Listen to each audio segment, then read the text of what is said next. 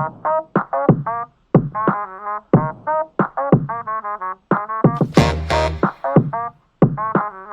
back. Oh my gosh, this is weird.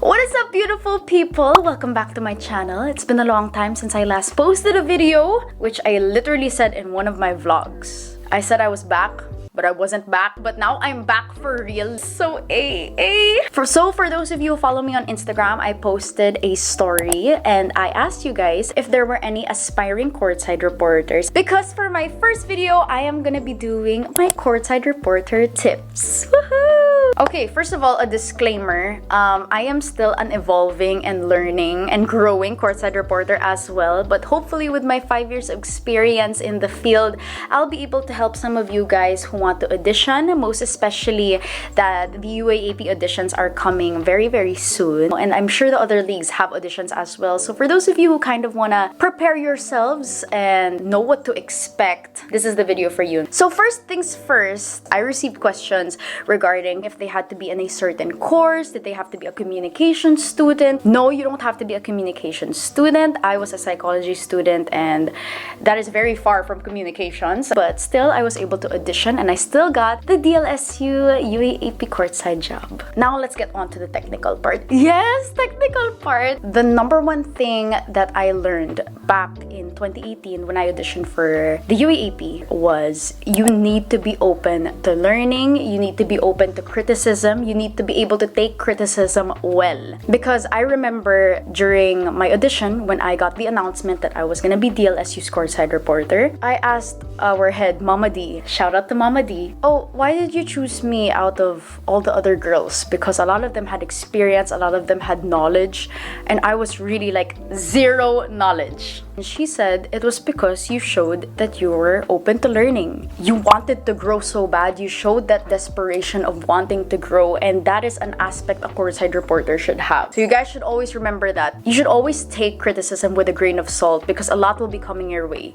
most especially on Twitter. But if they make sense and you feel like it's not pure bashing, there could be some point to it. But if you feel like it doesn't make sense at all, like with people saying a bunch of stuff, I'm sure you guys are smart enough to know whether it is just pure hatred, pure bashing, or criticism itself. Yes, and always ask your anchors, your fellow courtside reporters, your veterans, the analysts, always ask them for help, always ask them for comments and suggestions on how you can improve as a courtside reporter, because those are ways that can help you learn. And also watch yourself as well. Always watch your games. Personally, in my season, I was bad at content. And I remember they were telling me, Aiyana, you got the delivery right, you're smiling, but the content is not there. I guess at that time, I wasn't asking the right questions. You should have that type of report where people are like, oh, ganyan pala. Not something like, huh? Alam na namin yun eh. You know what I mean? You should have new information that the viewers are interested in hearing. So in order to improve that, you have to know how to ask the right questions to truly get the information that you need. Personally, the first question I would ask every team would be, is your lineup complete? Is everyone healthy? Because with that being asked, you can already have that as your first report. La-di-da-di-da will not be seeing action due to so and so. So that always has to be your first report. Always injury reports. Second way to ask the right questions is to always be updated with all the games. I guess with the UAAP, you'll be handling one school, so it's very easy to stay updated with all the games and everything because you're gonna be there all the time anyway, and you're gonna be in training all the time anyway. But when it comes to the PBA or MPBL or PVL even, that's when you have to always watch every single game, or at least read articles if you aren't able to watch the games. Let's say in the last game, you saw that a certain player got hurt in the third quarter or got fouled out in a certain quarter, you could ask them about that. Anything significant that happened in those games. Alright, so if you're new to a certain league, it is very, very important to study all of your teams. The rookies, the new players, if there are trades in the PBA, there are trades, and even Spiker's Turf, there are trades as well. Those are very important points. People are curious about, oh wow, there's this new player on the team. Okay, we want to get to know them. Aiyana, help us out. You know what I mean? Those are basically like giveaway reports already. How's the chemistry like? How's the adjustment like now that you're in this new team? Alright, next. This one is something that I've been doing since season 81. I learned this from Mr. Nico Ramos, the sandwich method. So the sandwich method is basically bread, lettuce, meat, bread. Okay, so basically the two pieces of bread. This is your opening statement and your closing statement. Yes, and then the lettuce is kind of, I guess, the segue from the opening statement to the meat, which is the core of your report. And this is what I'm talking about, the substance. Now, in terms of memorization, as usually you're on cam for a good 10 to 20 seconds, so you have to memorize the first 3 sentences of your report. But my tip when it comes to memorization is to always understand your report and not just merely memorize it word per word, because if you understand your report, then the words will flow easily, the words will flow better for you. Unlike if you memorize it, if you miss one single word, you're gonna miss the whole report, you're gonna get so lost. But also, if you do stutter and if you do buckle, don't worry, just keep on going. If you buckle, you're really gonna be hard on yourself because you're the one who noticed it and you know for a fact that you could have done better. But if you rewatch it, it actually isn't that noticeable, and I'm sure the viewers wouldn't notice that as well. So just keep on going, keep on being confident.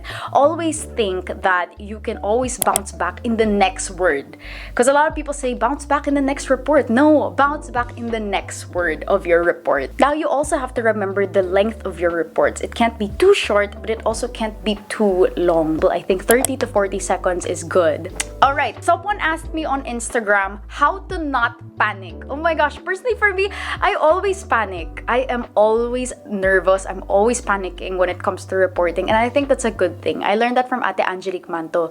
She said that being nervous is a good thing because that means you care. Hindi mo binabaliwala yung report mo. You care about how your performance will be. You care about your content. But how I kind of ease my nerves, I do 2 things. I warm up. Before in the UAAP, I would do crunches and I would literally like do jumping jacks just to warm my body up. Another thing that I like doing is I just stare into the camera. I never look at my peripheral. I never ever look at my peripheral because I can see so many things going on that could distract me. But if I look into my camera, I'll be able to think that there's no audience, no one's listening to me, and I think that's what helps me kind of ease my nerves. So for those of you who are aspiring courtside reporters, or for those of you who want to be in the field, then I suggest shoot your shot. Because if there's something that I really live by ever since my UAAP audition with ABS-CBN Sports, I said all I needed was 20 seconds of courage to send in my audition, to send in the email. So I suggest you guys take that opportunity. If you see any posts regarding auditions to be a courtside reporter, have the 20 seconds of courage to submit it, and you never know where life is gonna take you. Without courtside reporting, I wouldn't be who I am today. I wouldn't have grown this much. So I'm so thankful for the growth, and the experience has just been so fun. And I can't wait for you guys to experience that as well. Yes, thank you guys so much for watching. Don't forget to